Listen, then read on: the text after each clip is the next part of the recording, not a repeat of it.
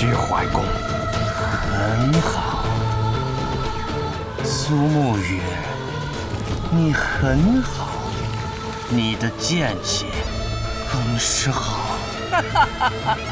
你想吸走我的剑气，助自己再次破境。苏家主很聪明，若非此刻为敌，或许我愿意交你这个朋友。我和大剑必然不会成为朋友。于黑暗之中苟活的杀手，倒有与之不配的骄傲。我们身处黑暗，却心向光明；而你们立于光明之下，却陷入自己内心的阴影之中。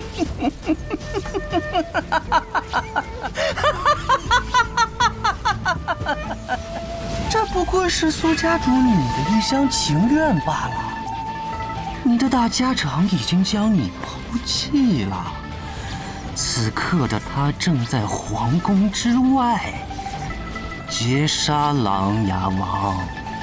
卓青大剑，你认不认为这世间存在一种绝对的相信？我和昌河，我和沐雨，就是一种绝对的相信。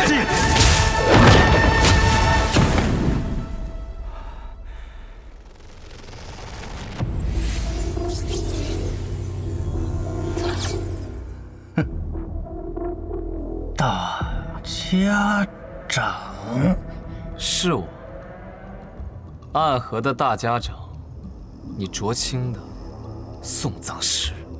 原来这才是你的目的。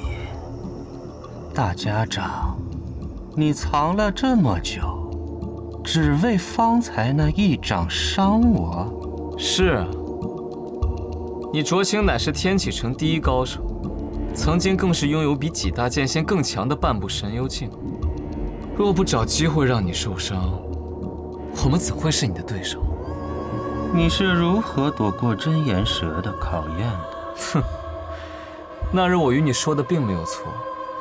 我和沐雨的选择不一样，他想要和琅琊王结盟，带领暗河走向光明，而我从见你的第一面起就有了新的想法。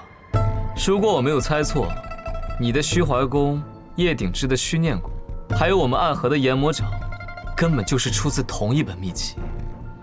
我们的功力是相通的，而如果我能吸走你体内虚怀宫的功力，那我便将天下无敌。狂妄！哼，狂妄吗？我明明感觉我方才的那一掌已经成功了。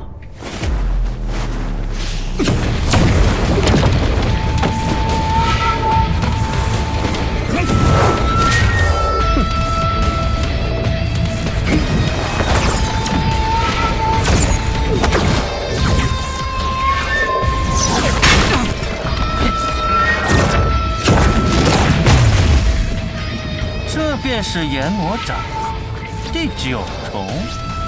失敬，不过区区第9重罢了。今日我就要你的功力来喂养我的掌，我要入第10重。你想借我之力入神游玄境？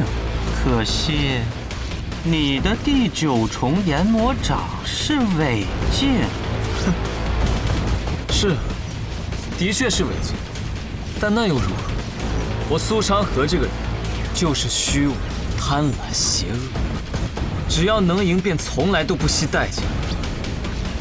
6式研魔掌，4入轮回。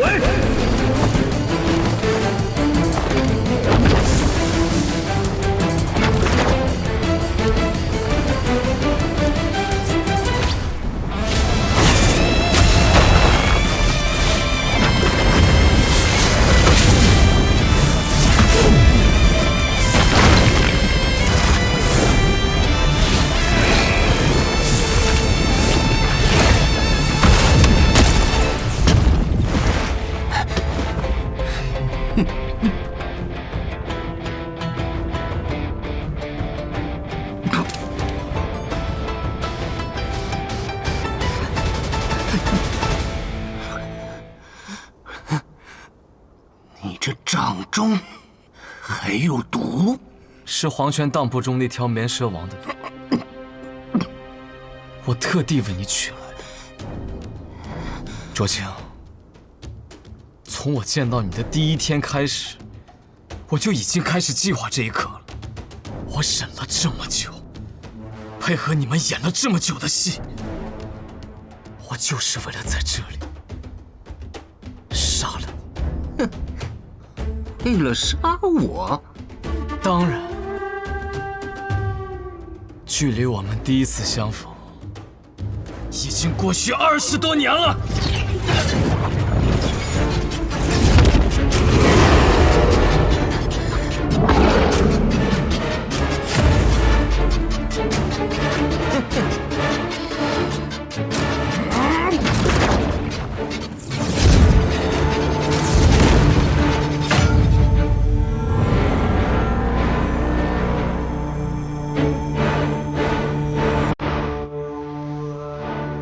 我们在何时见过？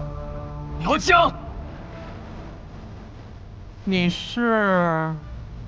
我出生于圣虎村。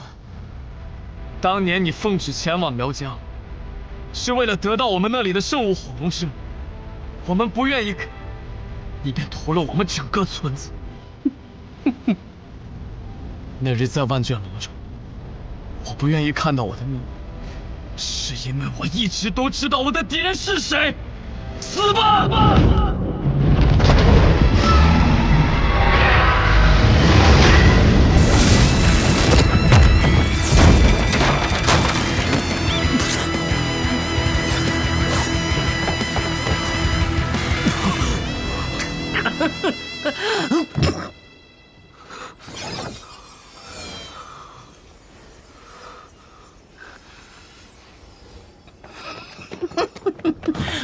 陶剑，陶剑，陶剑，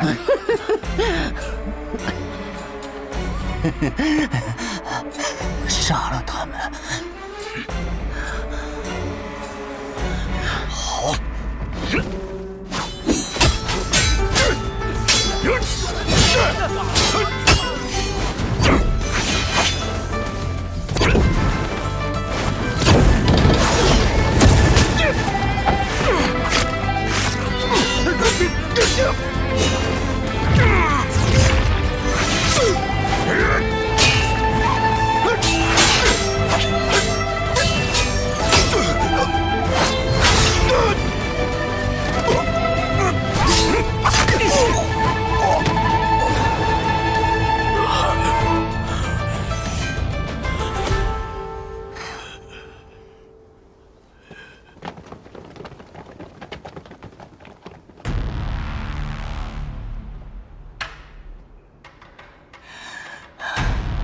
你们先回药庄，这里我和昌河处理便是。是。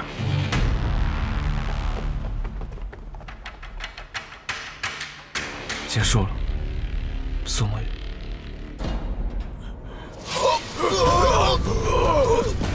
大剑，你在做什么？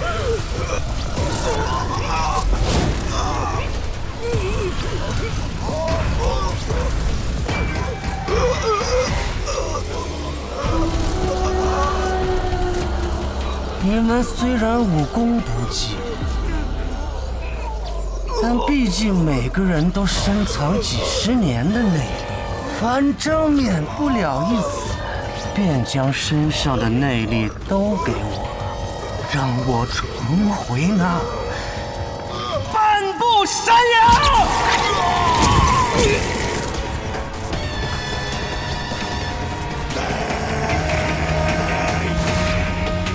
就你会吸内力吗？你给我死！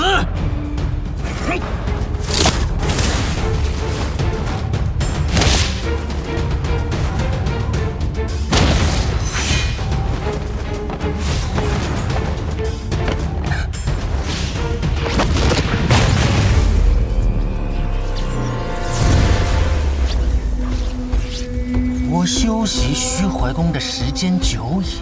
被我吸取功力的人不知凡几，你竟然异想天开，要吸取我的功力也不怕被撑爆！暗河的送葬师也是鼎鼎大名，今日我便先为你送葬，再去杀了那纸伞鬼。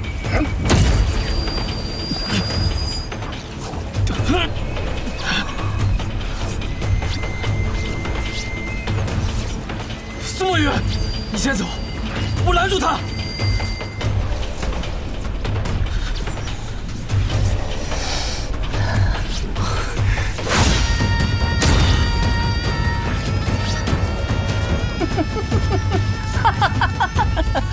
没有用的。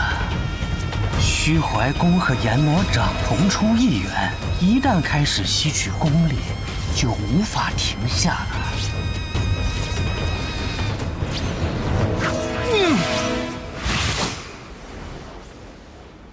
苏墨雨，你不要乱来，快走！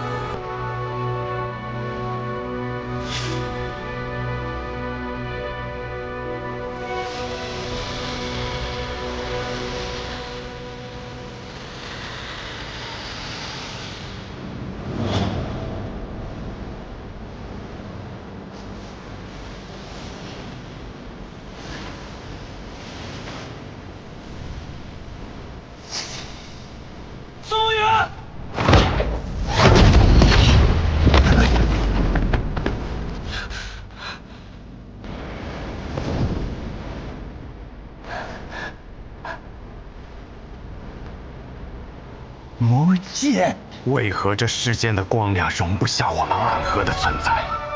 没有谁生来便是刺客，我们应当有再一次选择的机会。可为何你们一次次的阻拦我们？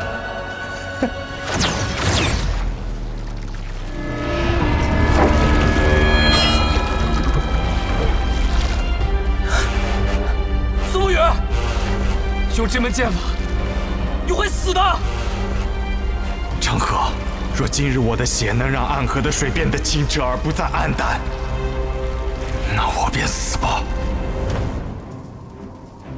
北离开国之时，和天武帝所对峙的风月侯麾下的剑魔创下过一门剑招——你七杀六灭剑。也罢，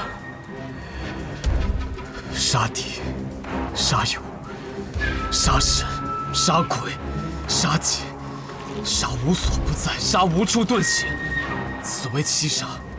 灭天道、妖道、神道、鬼道、修罗道、地狱道，此为六灭。卓心公公，选择一处属于自己的归途吧。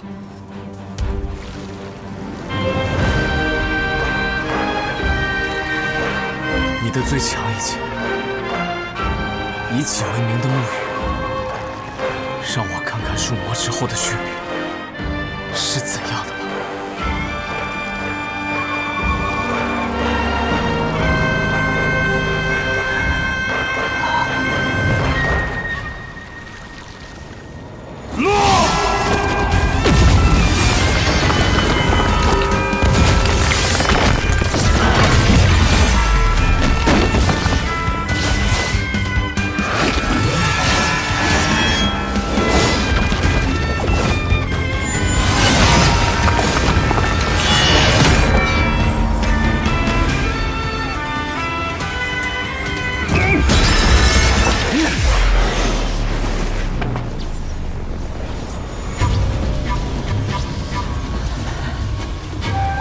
这一招我拦下了。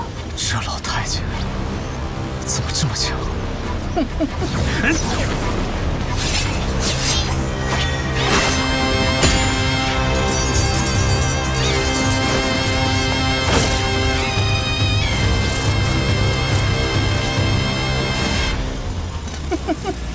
死吧！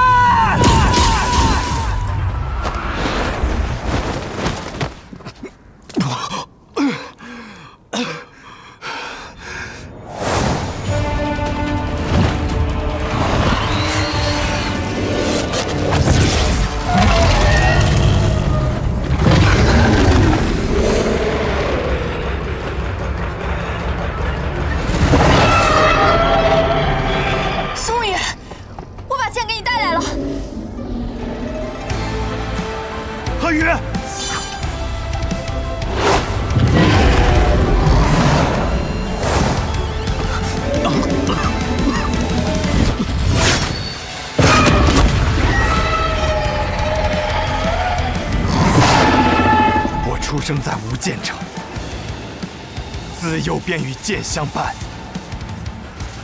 我见过世间至强一剑，用剑为过去的家人报了仇。今日只要我的剑在手，我便能为他们，为我现在的家人，开辟一个未来。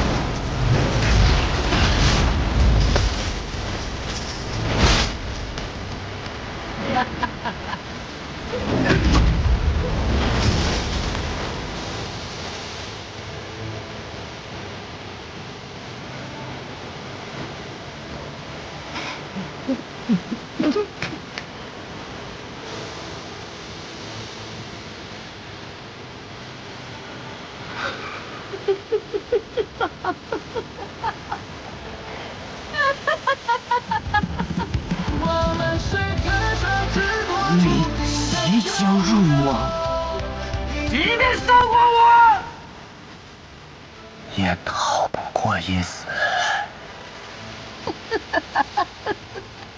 你身前无敌，可我身后有人。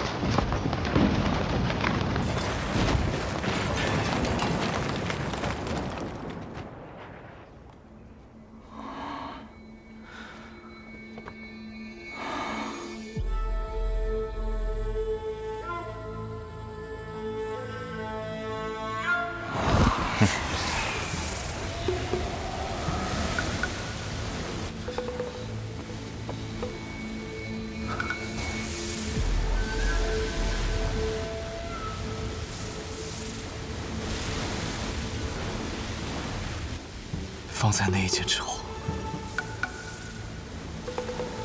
沐雨已经彻底入魔。苏沐雨，沈小姐，苏沐雨，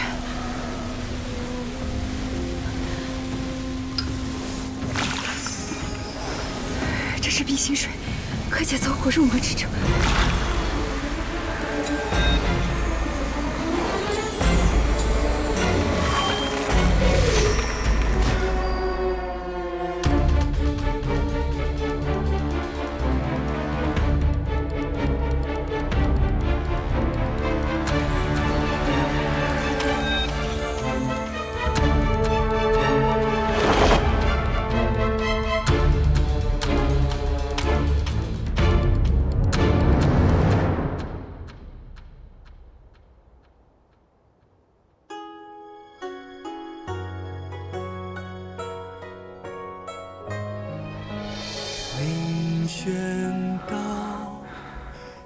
有路可条，奈何有挥剑出鞘。肩上暮雨潇潇，伞下弹奏月照路迢迢。尘沙扬，肩上挑，我刀光你落脚。骑鞭摇，如一人过风暴，霜雪拦一角。即便开会有躲不开的喧嚣。安河星空飘摇，我剑声摇，天真如年少。追明月，踏荒郊，哪怕无人知晓。命运乱我阵脚，怕起雨打破几招，为天下世间苏沐玉，我讲错了，你跟我一样，都是这个世上最好的男人。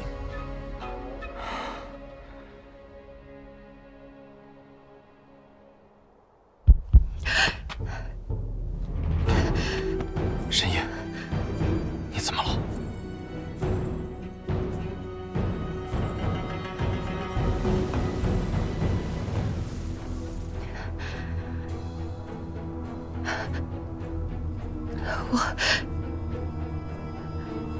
我着了我那失职的道。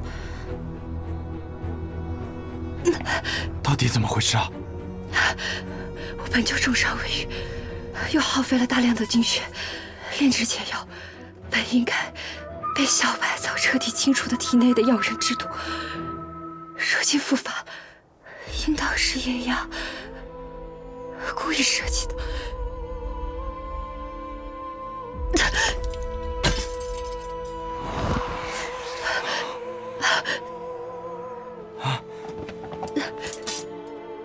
绿儿，不是有改药引之毒的药吗？以我之心炼制的药，如何解我的毒呢？宋玉，我在。杀了我！宋玉，杀了我！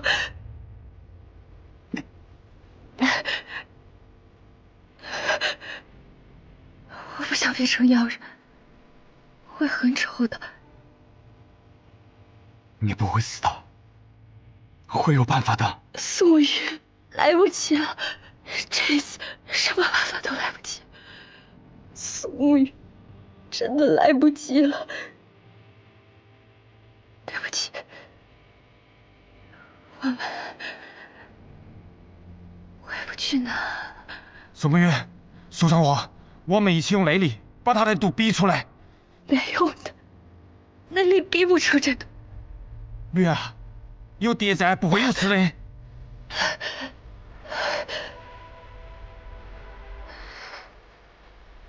神医，天启城中也有神医，图瓦和我说过，我知道在哪里，我带他去。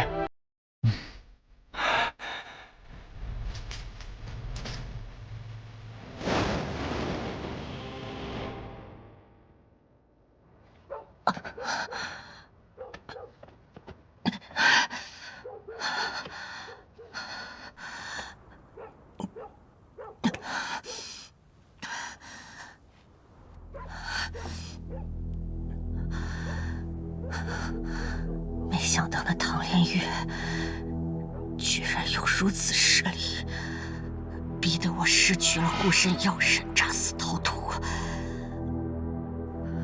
天启四守护还是小瞧了他。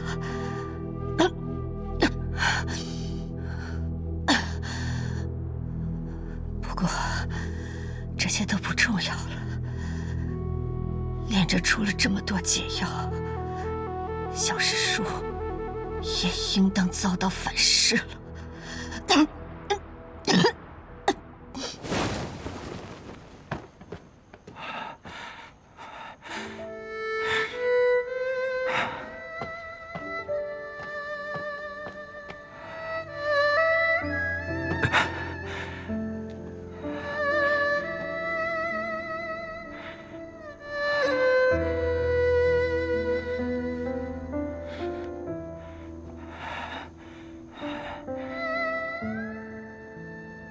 说给员外那位听的话我已经说完了。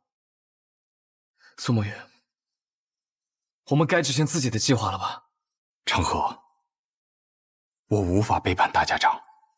愚蠢！这次三家铁了心要谋你，我会为你铺好路，你只需要做好握住绵龙剑的准备。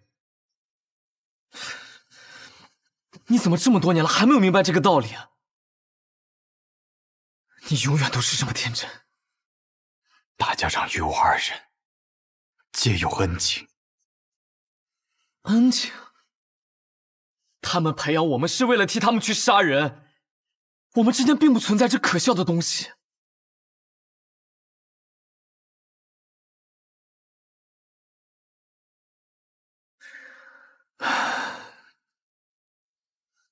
只有你真的把安和当成了自己的家。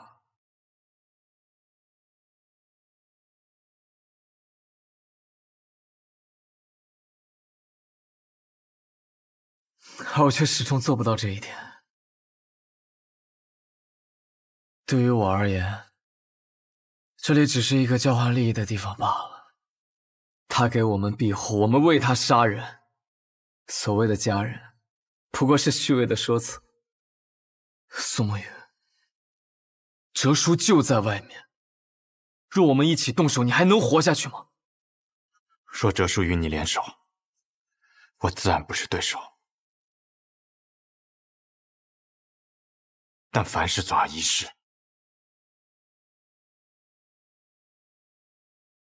你要是说得通，你就不是苏沐雨。我真傻，和你白费这么多口舌。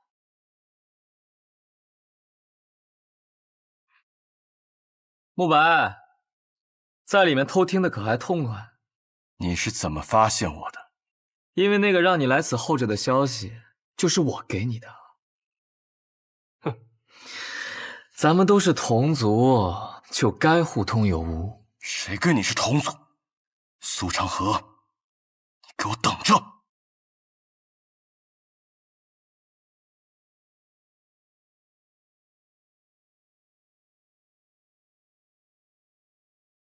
成河，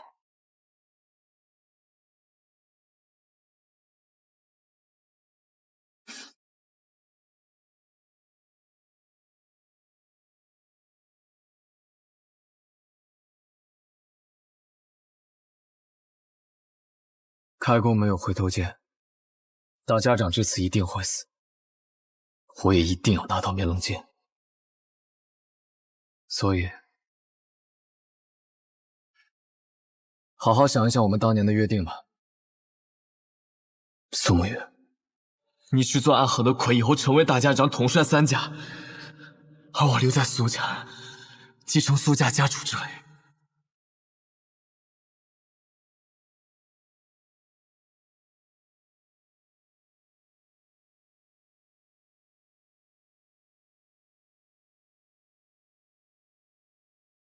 这马车真有意思啊！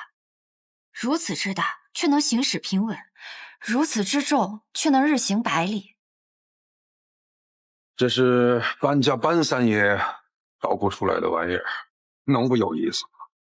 坐好这架马车10日以后，他便死了，生病死了。那我若是治好了大家长，我不会得病死了吧？神医多虑了，你可是神医呀！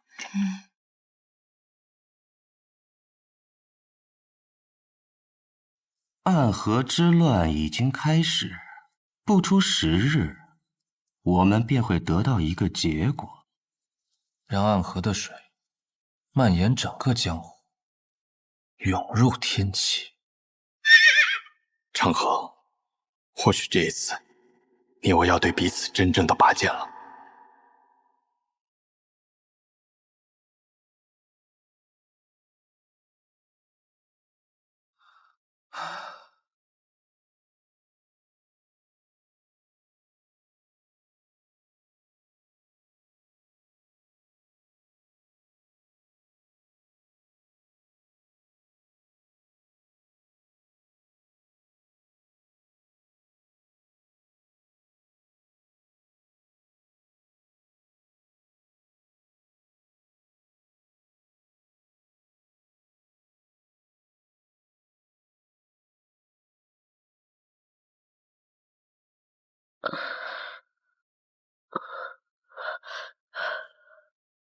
这么多年为我点灯的童子，他是唯一一个任务结束还能够活着的。要带他回去吗？不必了。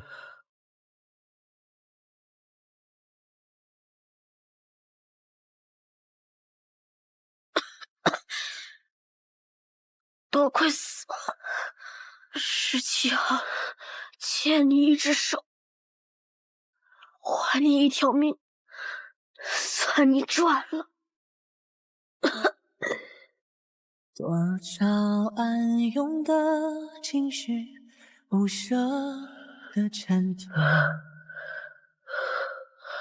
漫漫长夜中寻觅，挣扎爱痛的17号，你怎么会在这里？我偷听到你们的任务点，私逃出来巡礼，我来接你回家。那地方也能算是家吗？有家人等候便是家。你弟弟还在那里？如同宿命随波蜿蜒，曲折谁能趟过黑暗的河？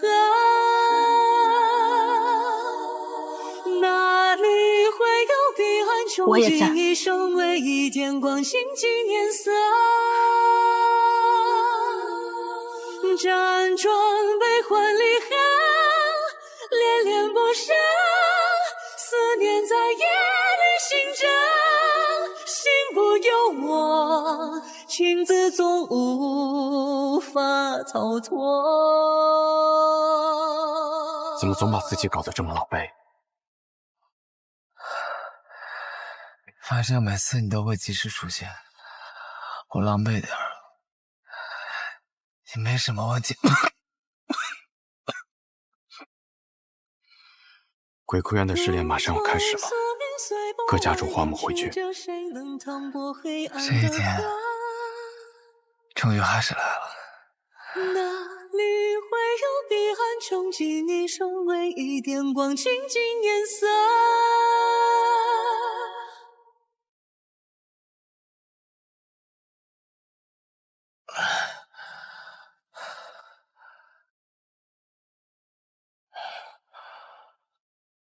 想必你们已经有所了解，待会儿时辰一到，你们就会前往鬼窟渊。每组10个人，只允许留下1个。第一组86号、18号、74号、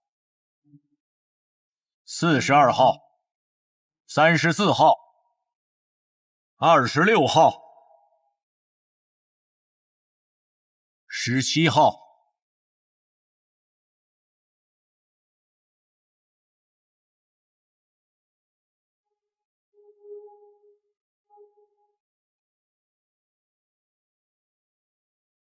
第一组的最后一位，63号、63号。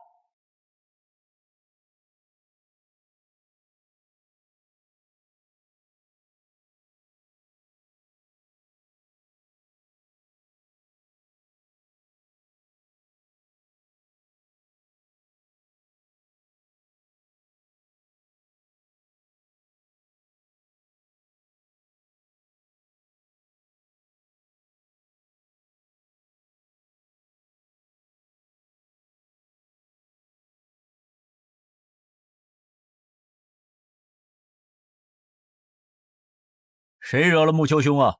生这么大的气！穆子哲，你明知这2人是我苏家属意的，你这般行事，是要与我苏家为敌吗？别给我扣这么大的罪名，我可不敢。我只是在尽我总教习的职责罢了。职责？不把过强的2个人放在同一组，这是3家都默认的。你就不怕我上报提魂殿吗？等他们情深意重，把彼此看成兄弟的时候，再让他们自相残杀。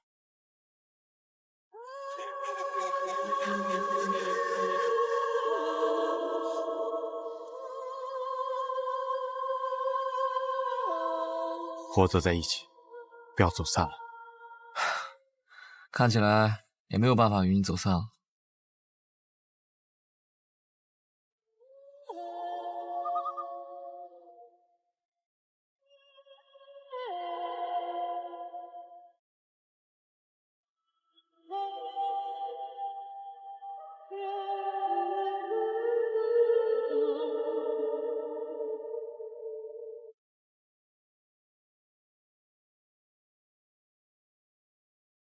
全都来了。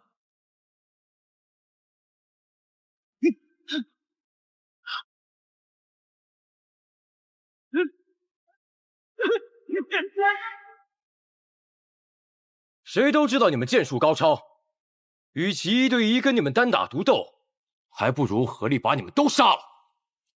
我们剩下的再斗，还有几分生气。那便来吧。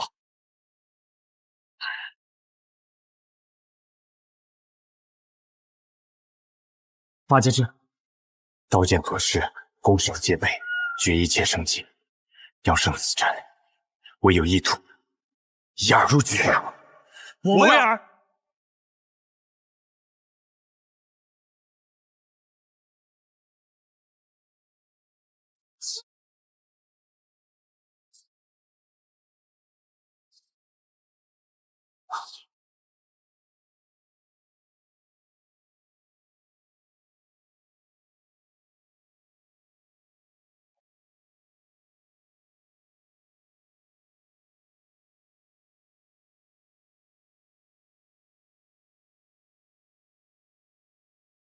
要破八节阵，唯有牺牲一人才能找到突破之口。我们2个同时上，算怎么回事？我知道，我来。留神月下下残风冥冥中汹涌，回头望云峰乱岗，闭上眼月暗之上，谁觉家乡天地长空，等空出世扭转乾坤，黄雨小子灵根深，走在我脚下我不寻根，借一生不爱也不恨，经历穿越大河，众生一夜的人满眼泪痕。你留了珊瑚中身份，请忘记我是谁，因我也是我们。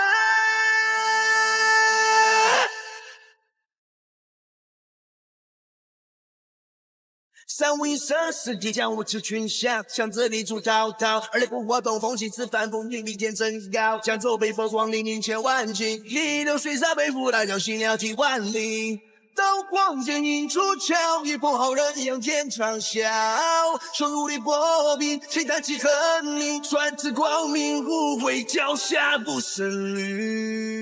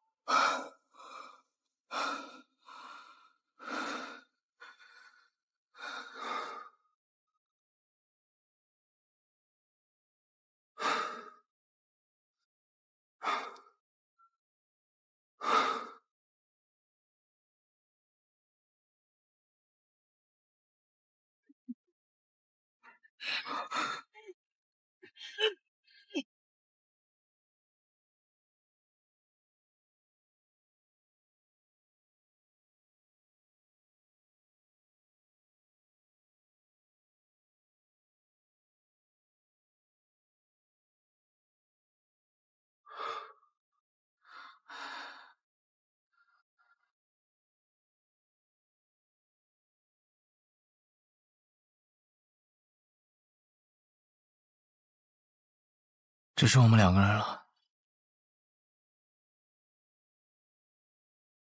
所以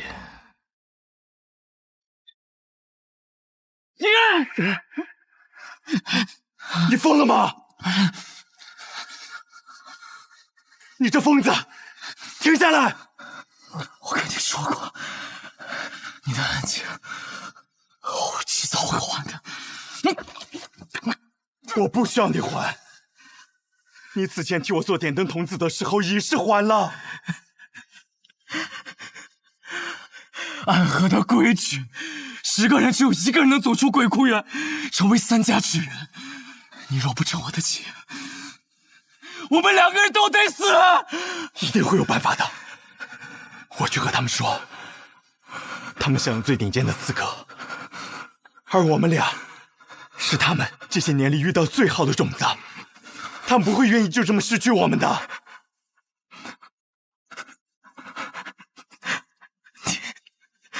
你太天真了。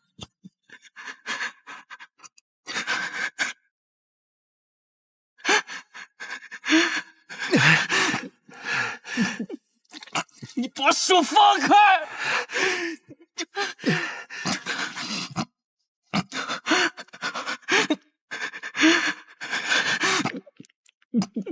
你把手放开！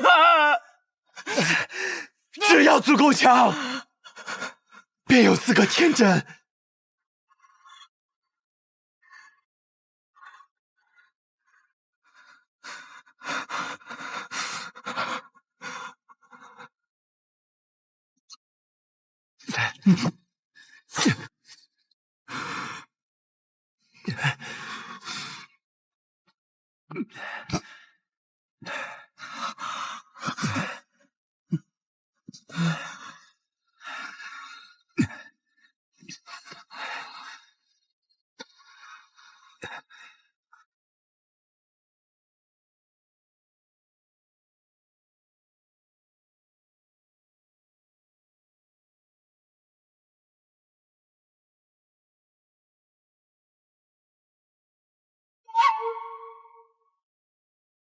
谁进来？啊，做了一个很长很长的梦，梦到一些很久以前的事儿。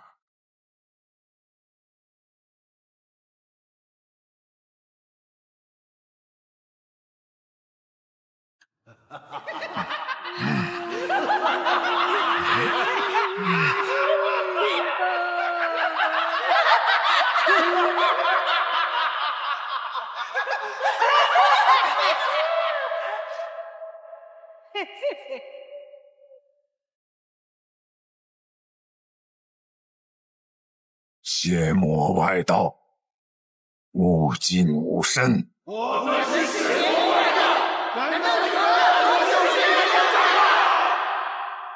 不过是些魔障，看我一剑斩了你们！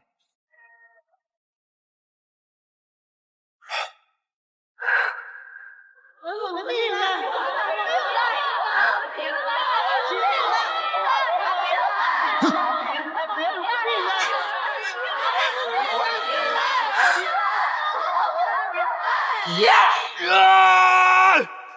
不好！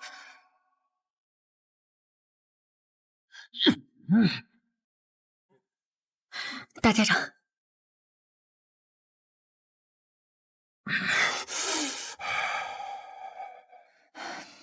人在虚弱时，邪气便会找机会侵染人的身子。做噩梦是正常的事，大家长不必担心。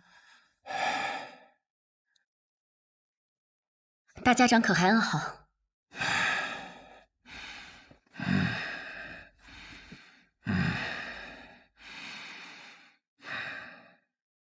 毛头，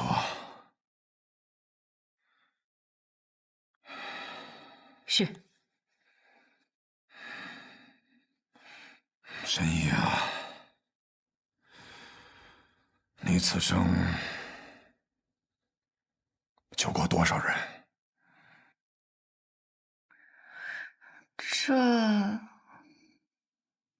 这我哪里记得得？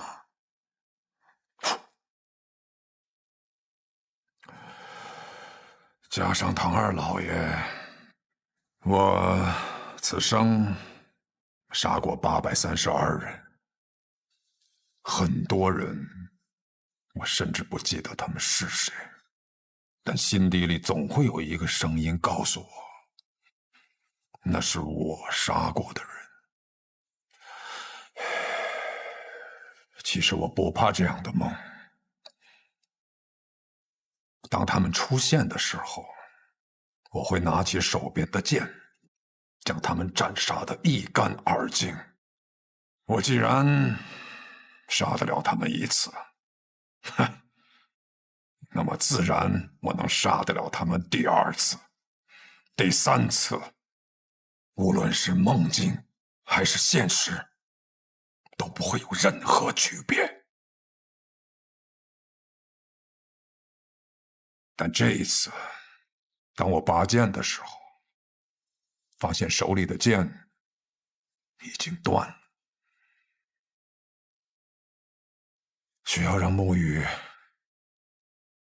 快些回来。难道大家长就不害怕他在这个时候背叛你吗？不会的。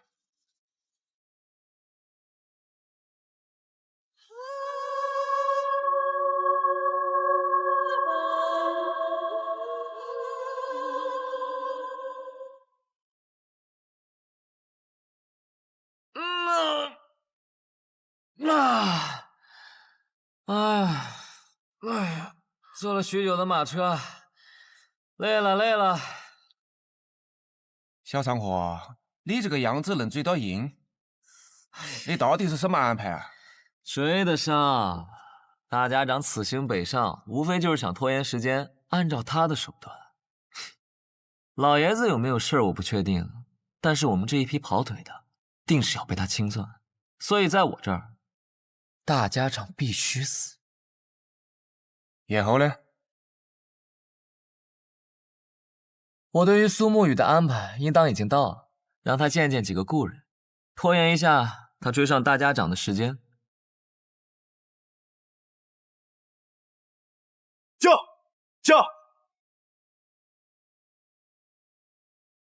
驾！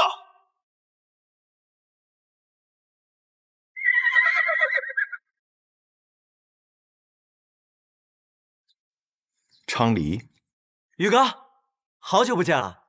昌河派你来的？啊，是大哥让我来的。他说让我拦住你，实在不行就哭到你心软。他是不是觉得我不会杀你？他自以为能猜透我的心，可我杀过这么多人，我也有无法控制住自己杀心的时候。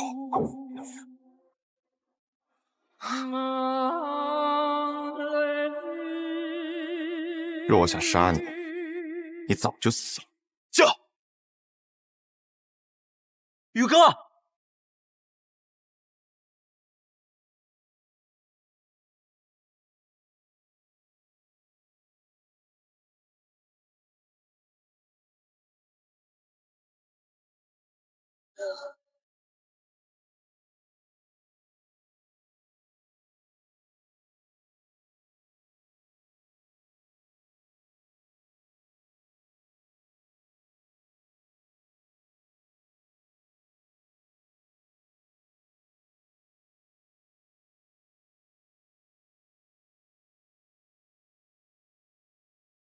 老师，你口中的老师这2个字，放在我的身上，我可不敢当。苏芷先生，许久不见了，苏沐雨。昌河为了拦住我，居然把你也请来了。不必怪昌河，是我自己想来的。我想此事之后，或许我们便没有相见的机会了，就自请来此见你一下。顺道下一局棋。我在赶路，没有时间。若有机会再见先生。回到暗河，我定去藏书阁拜会。若我没有做到让你下完这局棋，昌河或许会杀了我。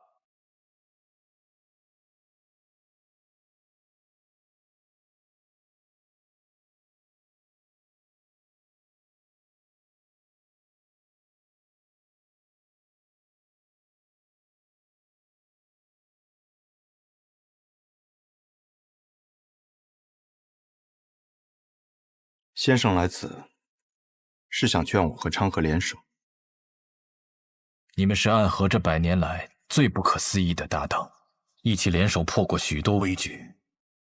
这一次，我相信你们一样可以做到。我听昌河说，4年前你们做过一个决定，他当上苏家家主，你当上大家长，成为执掌暗河的新主人。那他有没有说过？我并没有回答他的决定。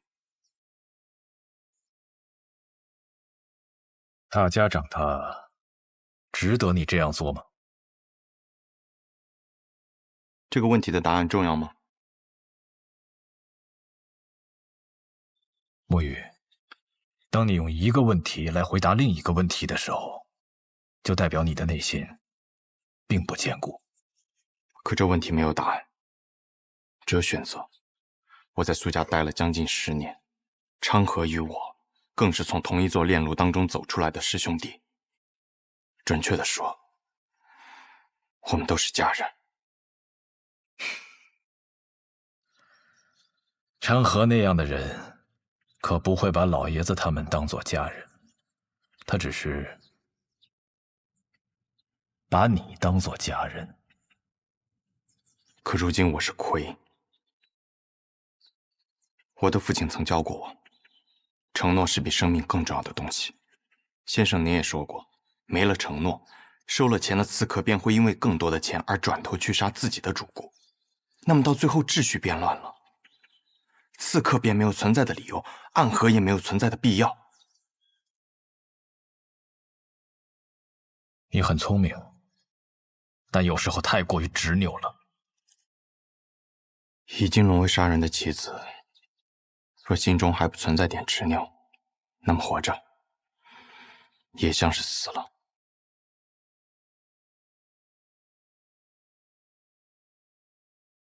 先生，你败了，告辞。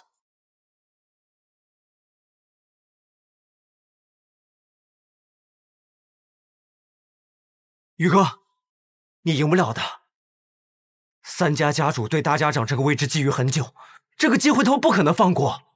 即便大家长最后把生医好了，他们还是会不惜一切代价把他杀了，这是个必死之局。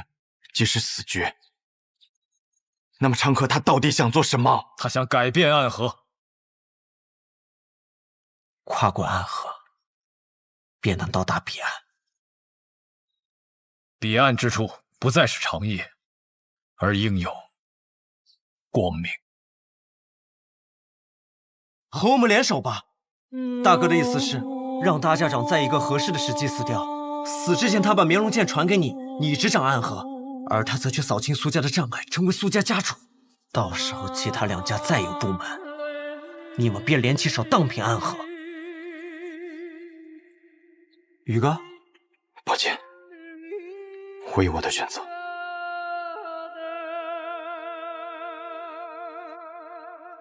大哥说了，若你拒绝，那他就自己当这个3家之主，到时候不管谁挡在他面前，他都会杀死，包括你，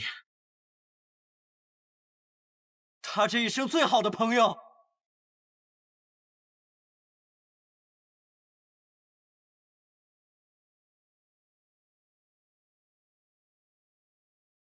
沐雨，道阻且长，行则将至。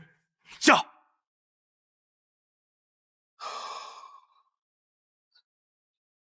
先中毒再解毒，以身试毒。倒是有种不疯魔不成活的意思。只是我不太明白，为了几张银票，神医愿意为我以身试毒？自然是不愿意啊，我又不傻。不过我有一个办法，既能感同身受的了解大家长体内的毒，但同时又不会死。什么办法？移魂大法。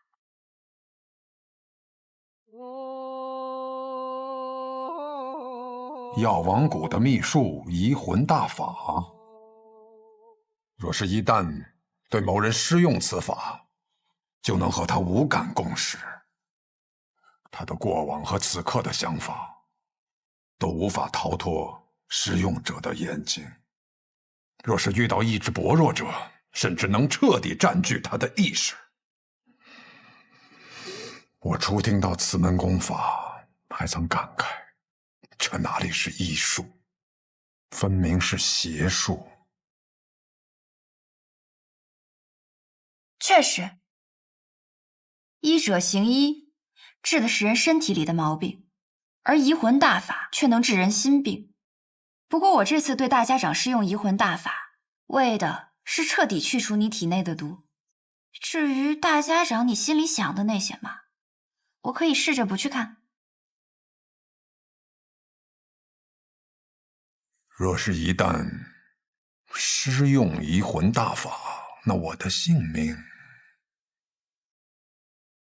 自然是全在我白鹤怀的掌控之中了。届时只要我想，可以随时杀死大家长。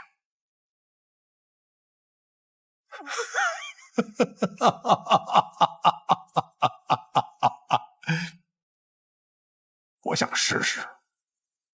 大家长能活几日就让他活几日吧，反正我们抓紧时间找机会，先把那小神医给杀了就是。大家长和那个神医有地质摄效保护，你那么有信心？哎呀，我派人传了封信，去向了北面那座皇城，里面有一个人出身唐门赫赫有名，是唐二老爷最亲近的弟子。九江琵琶亭内3道暗器震惊天下，是可以与司空长风、百里东君等人齐名的高手。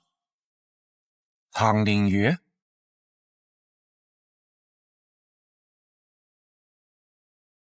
我不知道大家长为什么要杀唐二老爷，但我知道唐二老爷死了，最想报仇的人一定是唐灵月。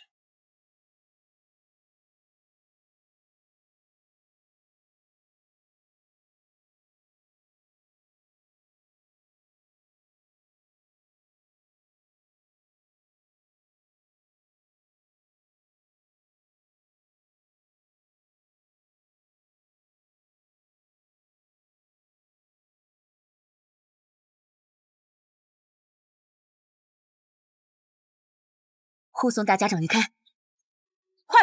是。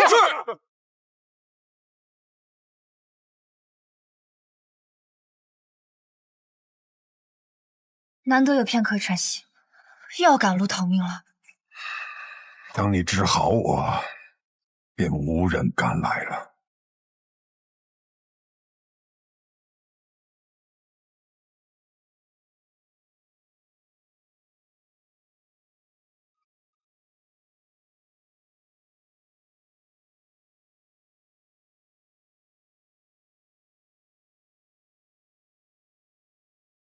找到你们了，暗河。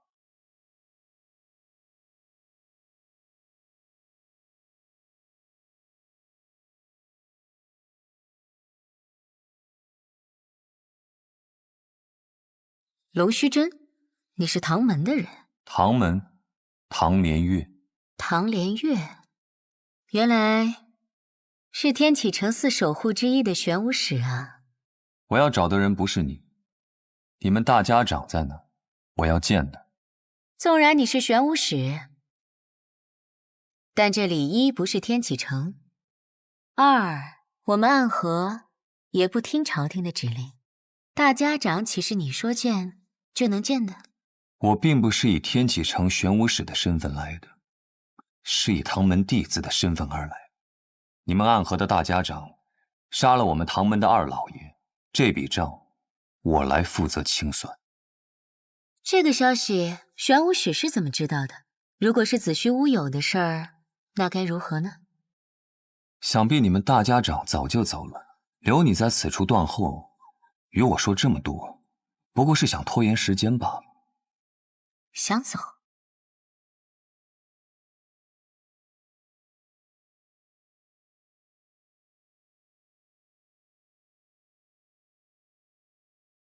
接！这样精妙的暗器手法，这就是白小堂冠绝榜上数1数2的高手吗？荧惑纸蝶和幽冥珠，你是暗河穆家蜘蛛女。我不喜欢这个代号。小伎俩，你以为以荧惑纸叠为掩盖，让这幽冥珠悄悄接近我，你毒丝偷袭，我就不会发现吗？真是自以为聪明的傻子。你在幽冥珠里放了什么？自然是霹雳堂雷家的霹雳子了。你怎么会有雷家的霹雳子？早年执行任务路过霹雳堂，很多雷家的少年郎都曾拜倒在我的石榴裙下，当然是他们双手奉上来